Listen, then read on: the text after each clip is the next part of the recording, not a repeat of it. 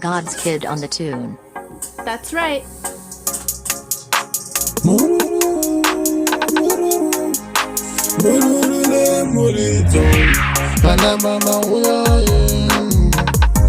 Ana baba uya ye mubarite. Ana baba uya ye. Ana baba uya ye mubarite. Ana baba uya ye.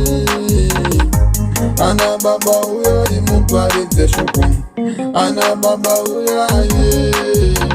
Ana baba uya ye mutaure shukum. Ana baba uya ye. Ana baba uya ye mubarite shukum.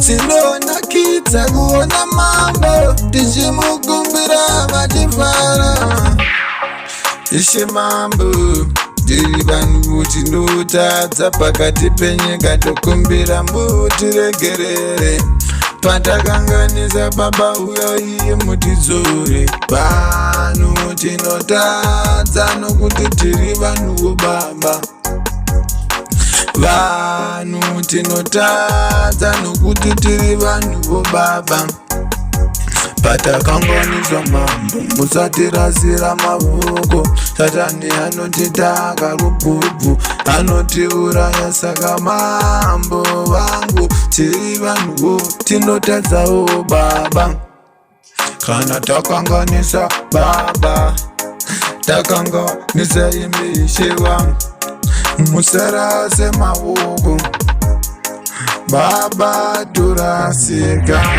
kana tatadza mwari vangu tinokumbira ruregerero tiri vanhu venyama musatitsamwira vanotadza hama dzangu nezvamwari vanoswera vatoita zvamusingade neniwo ndiri mutadzi pandiri pano mwari ndinokumbira ruregerero baba ndiri mutadzi pandakanganisa baba ndiregererewo mambo ndiregererewo pandatadza mutadze ndini ishe wangu